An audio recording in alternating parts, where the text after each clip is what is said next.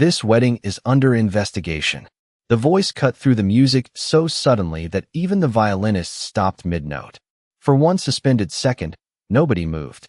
The flower petals drifting across the aisle seemed to hang in the warm Georgia air, caught between celebration and confusion. Then came the flash of blue lights beyond the white garden gates.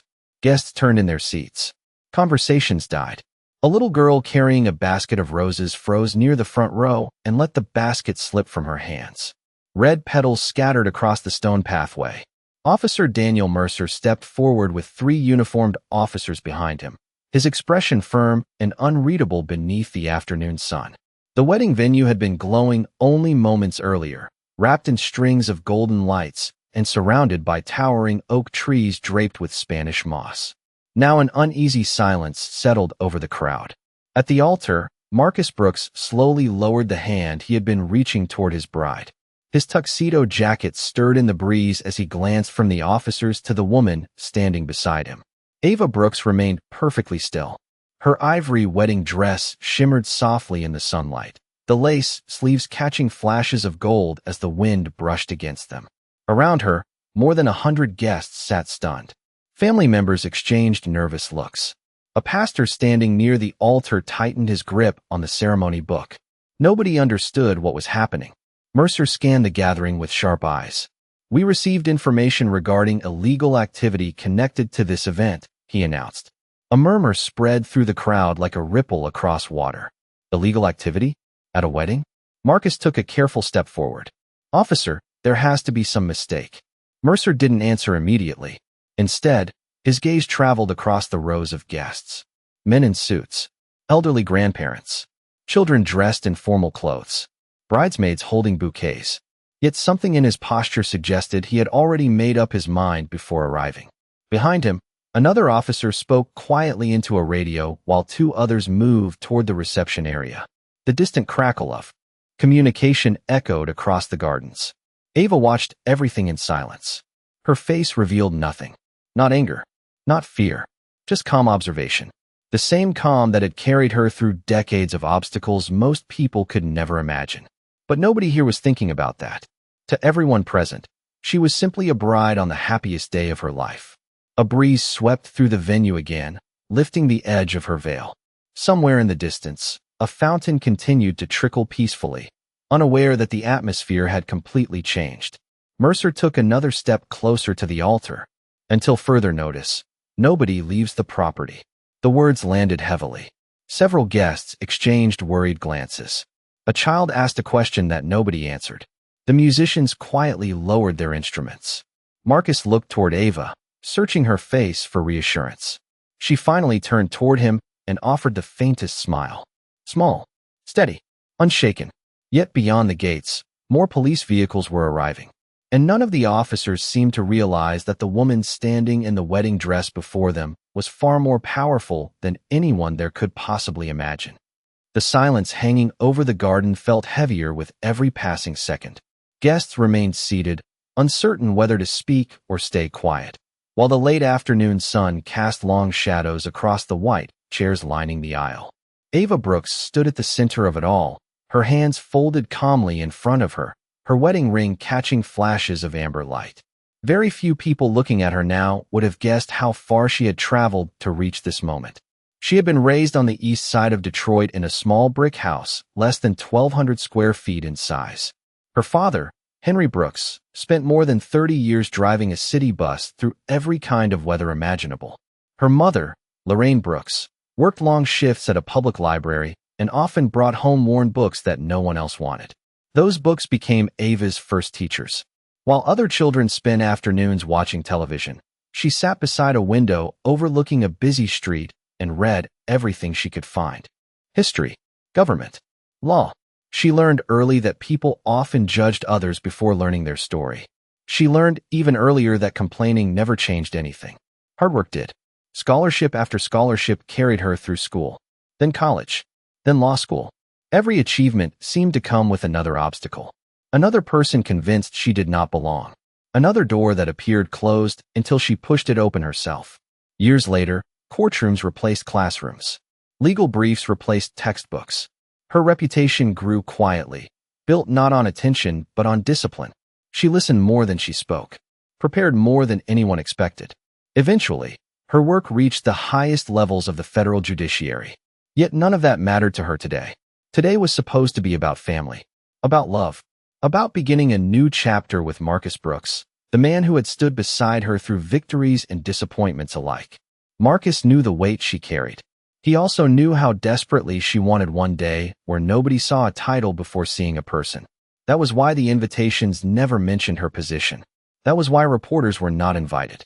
That was why security remained intentionally minimal. She wanted laughter instead of headlines, memories instead of publicity. Near the front row, her father watched her now with quiet concern. Henry Brooks had spent decades teaching his daughter that dignity could not be taken away unless she surrendered it herself. Even from 30 feet away, Ava could see the lesson reflected in his eyes. Stay calm. Stay steady. Stay yourself. A soft gust of wind moved through the oak trees overhead. Leaves rustled gently. Somewhere nearby, a photographer lowered his camera, uncertain whether the ceremony would continue. Across the garden, Officer Daniel Mercer studied the guests again. The more he looked, the more convinced he seemed that something was wrong. He had no idea that the woman standing beneath the floral arch had spent years interpreting federal law from the bench. He saw only a wedding interrupted by suspicion. And as another patrol vehicle rolled through the gates and parked near the entrance, the distance between assumption and truth was about to become impossible to ignore. Officer Daniel Mercer folded his arms as another officer approached with a tablet in hand. The screen glowed beneath the fading sunlight. A report had already begun forming from information supplied through an anonymous call less than 40 minutes earlier. According to the tip, a known criminal associate was expected to attend the event. There were claims of illegal cash transactions, claims of organized activity, claims that sounded serious enough to demand attention. Mercer had responded immediately. In his mind, hesitation was weakness. Action was responsibility. That belief had earned him praise throughout most of his career. It had also created blind spots he rarely recognized. He looked across the garden again. White linens fluttered in the breeze. Crystal glasses reflected golden light from the setting sun. Families sat together waiting for answers. Yet Mercer focused on the possibility that something hidden existed beneath the surface. Near the reception tent, an officer quietly spoke with venue staff. Another reviewed a guest list. The atmosphere remained tense but controlled. Nobody argued. Nobody resisted. The uncertainty itself seemed to make everyone quieter. Marcus Brooks stood near the altar with his jaw tight and his shoulders rigid. He wanted to protect the moment they had spent months planning, but he understood that anger would only make the situation worse. Beside him, Ava remained remarkably composed. Her eyes moved from officer to officer, studying details the same way she had spent years studying witnesses, attorneys, and legal arguments. She noticed how quickly assumptions were being made. She noticed how little actual evidence had appeared. Most importantly, she noticed how easily people accepted authority when it arrived wearing a badge and carrying confidence. Across the front row, her mother clasped her hands together. Lorraine Brooks had spent years teaching children at the library that facts mattered more than rumors. Watching strangers act upon an unverified accusation felt deeply unsettling. Several guests exchanged worried whispers. One man checked his watch repeatedly. Another quietly comforted his elderly mother. The wedding planner stood near a floral arrangement holding a clipboard against her chest as though it might somehow restore order. Then movement near the parking area drew everyone's attention. One officer had discovered a dark travel bag sitting beside a maintenance shed roughly 70 yards from the reception tent. Mercer immediately turned toward it. Conversation stopped. Even the birds seemed to fall silent for a moment. The officer carried the bag carefully toward an open table near the entrance. Guests watched from a distance. The tension that followed felt almost physical, spreading through the garden like an approaching storm. Mercer stepped forward. His expression suggested certainty before the bag was even examined. Ava noticed that too. The officer slowly opened the zipper. Inside were several folders, electronic charging cables, bottled water, and maintenance paperwork belonging to a landscaping contractor who had worked the property earlier that morning. A long silence followed. Some guests exhaled in relief. Others looked confused. The discovery explained nothing. It connected to no one present. Yet Mercer did not look convinced. Instead, his eyes shifted back toward the wedding party. The anonymous accusation was already unraveling, but he was not ready to admit that possibility. And somewhere beyond the garden gates, a black SUV had just turned into the property, carrying someone whose arrival would change everything. The black SUV rolled slowly across the gravel entrance and came to a stop beneath a row of oak trees. Few people paid attention at first. Most eyes remained fixed on Officer Mercer and the growing uncertainty surrounding the anonymous report. The atmosphere had changed from fear to confusion, and confusion was often more difficult to control. Mercer glanced toward the newly arrived vehicle only briefly before returning his attention to the wedding party. In his mind, unanswered questions still outweighed the lack of evidence. He stepped closer to the altar. The polished badge on his uniform reflected the fading sunlight as he looked directly at Ava. "Ma'am, I need to ask you a few questions." His tone remained formal, but there was an edge beneath it. Marcus immediately shifted his weight forward. Ava gently touched his arm before he could speak. The small gesture was enough. He fell silent. Around them, guests watched carefully. The breeze moved through the white floral arrangements, carrying the scent of roses and magnolia across the garden. Ava met Mercer's eyes calmly. "Of course, officer." Her voice was steady, unhurried. The same voice that had reassured frightened witnesses, questioned powerful attorneys, and guided difficult decisions through crowded courtrooms. Yet Mercer heard none of that history. To him, she was simply another person connected to an investigation. "Do you know anyone attending this event with a criminal record?" he asked. Several guests exchanged uncomfortable looks. The question itself felt like a stain spreading across a celebration that had done nothing wrong. Ava answered carefully, "I know many people. I do not conduct background checks before inviting family friends to a wedding." A few nervous laughs escaped from the crowd before quickly fading. Mercer did not smile. Instead, he opened a small notebook and continued. "Has anyone here received large amounts of cash today?" The wedding planner blinked in disbelief. One bridesmaid quietly shook her head. Marcus exhaled slowly through his nose. Ava remained composed. "Guests brought wedding gifts, officer. That is not unusual." The answer was factual, respectful, yet something about her calmness seemed to frustrate him. He was accustomed to nervous reactions, defensive reactions, emotional reactions. Instead, every question met a measured response. Near the front row, Henry Brooks watched silently. He recognized the pattern developing. Some people stopped looking for facts once they became attached to a conclusion. The danger was not anger. The danger was certainty without evidence. Across the property, two officers completed another review of the venue. They found nothing suspicious, nothing illegal, nothing connected to the anonymous allegations.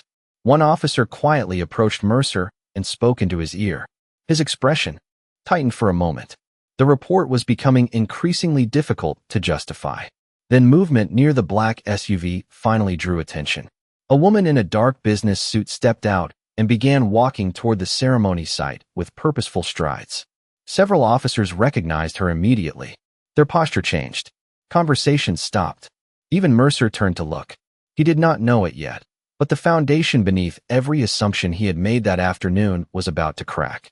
The woman from the black SUV moved steadily across the lawn, her polished shoes pressing softly into the grass as every eye followed her approach. She carried no urgency in her stride, yet her presence seemed to alter the atmosphere before she spoke a single word. Several officers straightened instinctively. One quietly lowered his radio. Another exchanged a glance with a colleague and immediately stepped aside. Officer Mercer noticed the reaction and frowned. He recognized the woman, although he had not expected to see her here. Rebecca Collins, chief of police, rarely appeared in person unless something required direct oversight.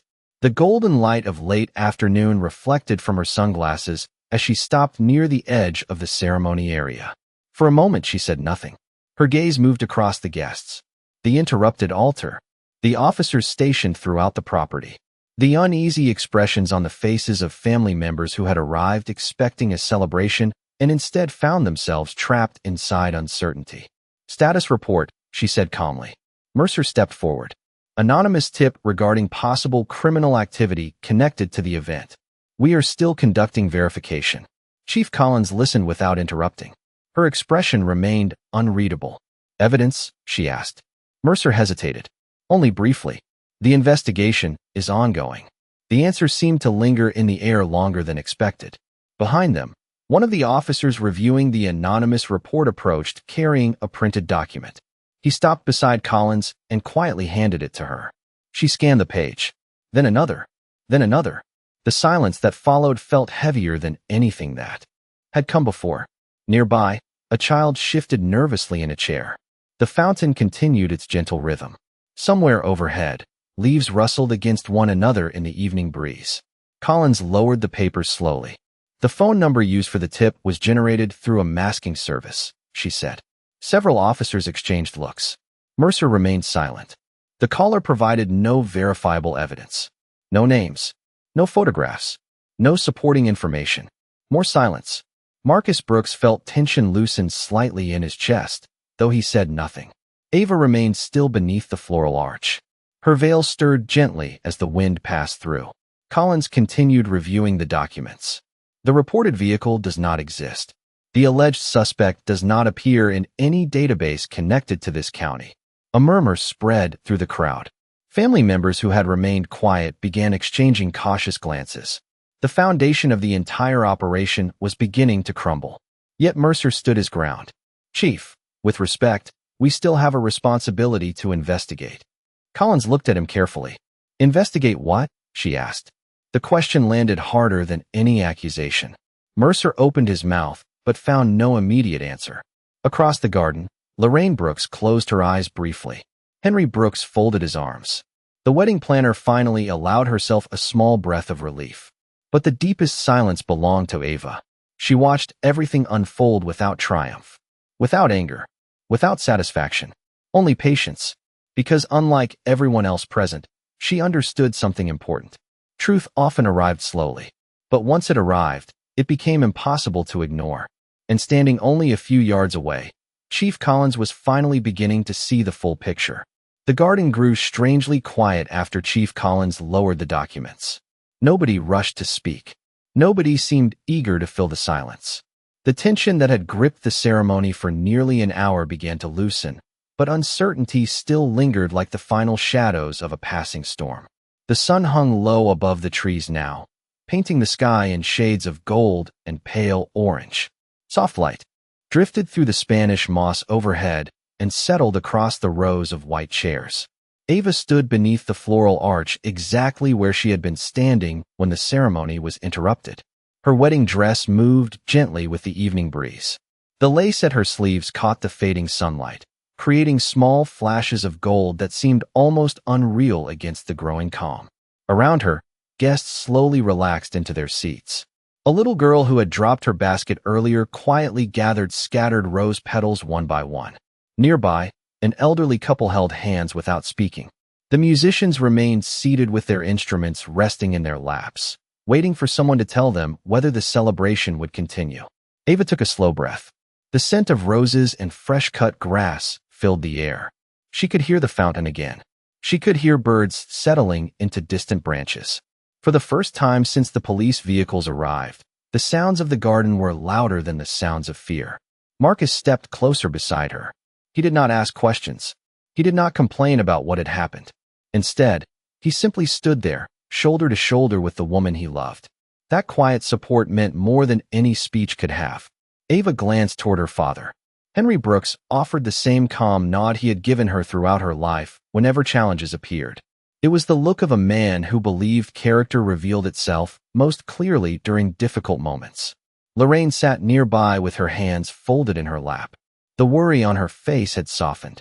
Pride remained. Across the lawn, Officer Mercer stood alone for a moment.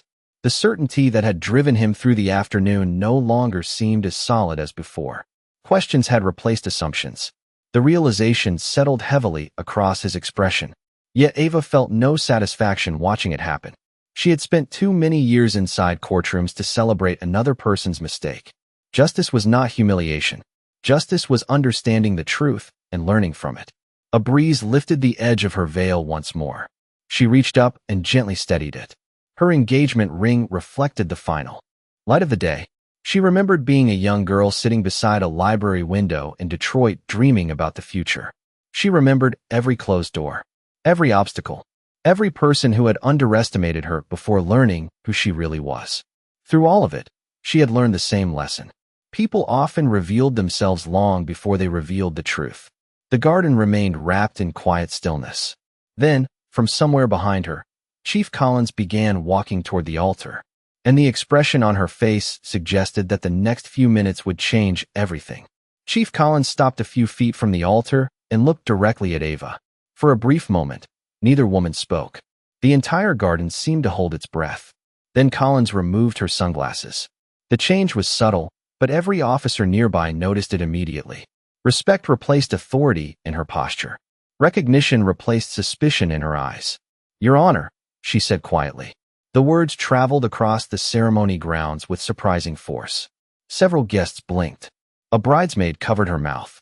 One officer turned sharply toward Ava as though seeing her for the first time. Mercer froze. The title echoed in his mind. "Your Honor." He looked from Collins to Ava and back again. Suddenly, details that had seemed meaningless throughout the afternoon began rearranging themselves. The composure, the precision of her answers, the calm refusal to become emotional despite the circumstances. None of it had been accidental. Collins stepped closer. "Judge Ava Brooks," she continued, "I had no idea this was your wedding." A murmur swept through the guests. Some family members smiled softly. Others simply shook their heads in disbelief. Ava offered a polite nod. "I preferred it that way." Collins almost smiled. "I understand." Across the lawn, several officers exchanged uncomfortable glances. The reality of the situation was becoming impossible to avoid. The ceremony had not been interrupted because of evidence. It had been interrupted because someone had chosen to believe an anonymous accusation without first confirming the facts. Mercer felt heat rise into his face. For the first time, all afternoon, uncertainty replaced confidence. Collins turned toward him. Her expression remained professional, but there was disappointment beneath it. "Did anyone verify the caller?" she asked. Mercer remained silent. "Did anyone confirm the claims before escalating the response?" Still no answer. The silence itself became an answer. A nearby officer lowered his eyes. Another shifted uncomfortably. Collins opened the report again. The masked number originated from a disposable application. The caller has now been traced to an individual with a history of filing false complaints. More whispers spread through the crowd. The final piece had arrived. The anonymous report had been a fabrication from the beginning. Every assumption built upon it collapsed instantly. Yet the largest revelation was still unfolding inside Mercer's mind. He had spent nearly an hour questioning a federal judge without realizing it. Not because she had hidden, not because she had deceived anyone, simply because he had never considered the possibility. Ava stood beneath the arch exactly as she had from the beginning. Calm, patient, dignified. The same woman she had been before anyone spoke her title aloud. That realization landed harder than any official correction could. Collins closed the report and looked toward the gathered guests. "This investigation is concluded." Relief moved through the garden like a warm current. Smiles began returning. Shoulders relaxed. The musicians straightened in their seats. But Mercer remained motionless, because while the false report had been exposed, another truth had just been revealed as well. And unlike the anonymous caller, that truth could not be blamed on anyone else. The relief spreading through the garden should have marked the end of the ordeal, but for Officer Daniel Mercer it felt like the beginning of something far more difficult.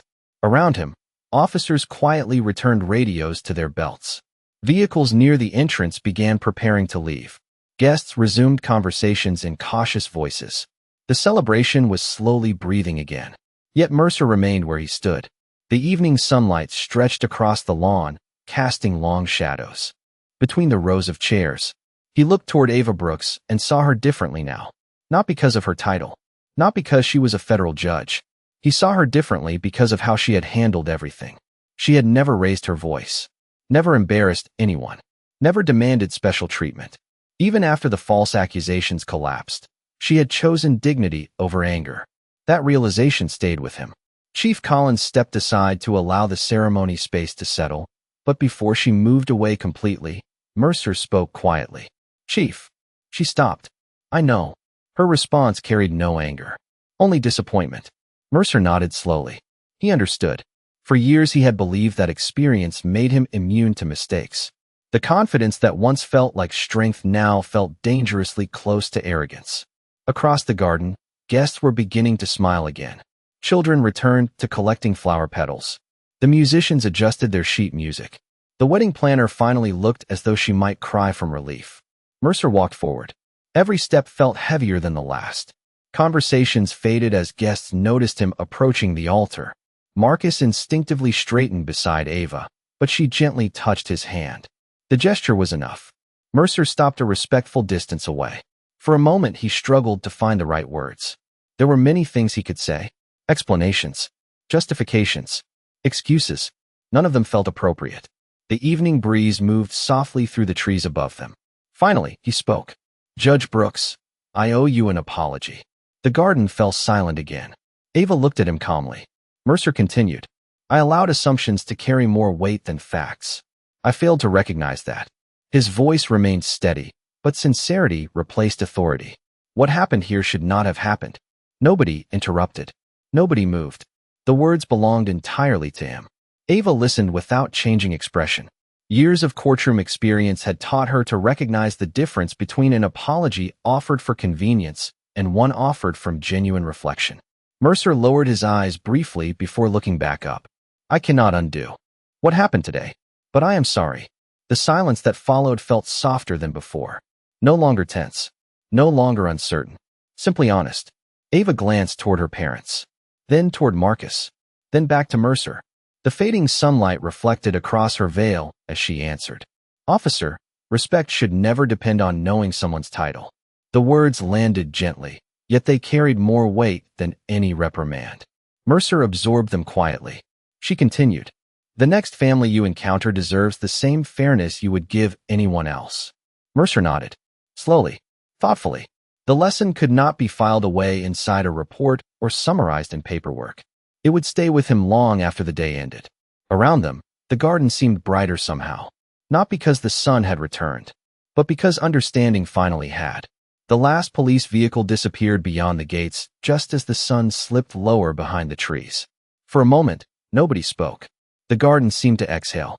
The tension that had arrived with flashing lights and unanswered accusations was finally gone, carried away with the evening breeze. Golden light settled across the ceremony grounds, soft and warm, transforming everything it touched. White flowers glowed beneath the fading sky. Crystal decorations reflected amber highlights across the tables. The fountain continued its gentle rhythm, as though it had been patiently waiting for peace to return. Ava stood beneath the floral arch and looked around at the people who had filled her life with love. Family, friends, neighbors, former teachers, mentors, children chasing petals across the grass, elderly relatives smiling through tears. The wedding had not unfolded as anyone expected. Yet somehow, standing there now, the moment felt more meaningful than before. Not because it had been perfect, because it had been real. The musicians quietly lifted their instruments once again. A familiar melody drifted into the evening air. Soft, gentle, hopeful. Guests returned to their seats. Conversations faded. Smiles remained. Marcus stepped closer and reached for Ava's hand. She looked at him and saw the same steady kindness that had carried them through every challenge they had faced together. He had not tried to fix the situation. He had not demanded control. He had simply stayed beside her. Sometimes that was the strongest thing a person could do. Near the front row, Henry Brooks sat with his arm around Lorraine. Neither of them said much. They did not need to. The pride in their eyes spoke louder than words. They remembered the little girl who borrowed library books faster than anyone could shelve them. The teenager who studied late into the night beneath a lamp that flickered during winter storms. The young woman who refused to quit when easier paths appeared. Now they watched her standing exactly where she belonged. The pastor opened his ceremony book once more. His voice carried gently across the gathering. No one rushed him. No one checked the time. The delay no longer mattered. Some moments could not be measured by schedules. They could only be measured by meaning. As the ceremony resumed, a light wind moved through the oak trees overhead. Spanish moss swayed softly against the darkening sky. Rose petals rested along the stone pathway where they had fallen earlier, untouched and beautiful in their imperfection. Ava listened to the words being spoken, but part of her attention drifted toward the horizon glowing beyond the garden.